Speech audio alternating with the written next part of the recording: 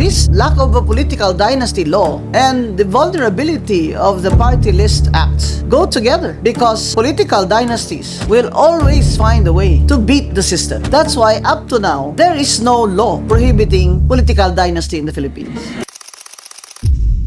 Now, in Asia, there's also no law prohibiting political dynasty. But if you look at, let's say, India, Gandhi, or South Korea, family members also took turns holding power. But because their elections are not as vulnerable as ours for fraud or vote buying, it doesn't seem to be a big problem in other Asian countries. Of course, in the United States, there's no anti-political dynasty law because, well, they have a mature democratic system and vote buying is unheard of. We're not just talking about not having a law on political dynasties, but we're talking about a political system where the elections are vulnerable to vote buying.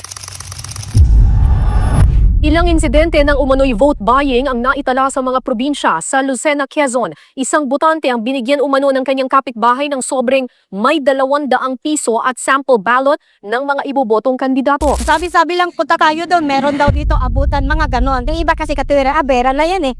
Hindi man nila alam kung sino yung boto ko. Tanggap lang sila ng tanggap. Vulnerable to fraud and in the early days or years, terrorism. But in 1992, when it was a presidential election, these political dynasties resurged because they saw an opportunity not only in changing colors through the multi-party system, but also in the vulnerability of our election system to fraud and terrorism. Now, our electoral system has a lot of weaknesses and vulnerabilities, and you know what I'm talking about. Commission on Elections na mayroong dayang naganap ngayong election 2016 sa isang press con na sinabi ng COMELEC na may nabago nga hash code sa gitna ng pagtatali ng mga boto. Hopefully, the 2028 elections will show a definitive choice of the people for change so that we can begin real reforms.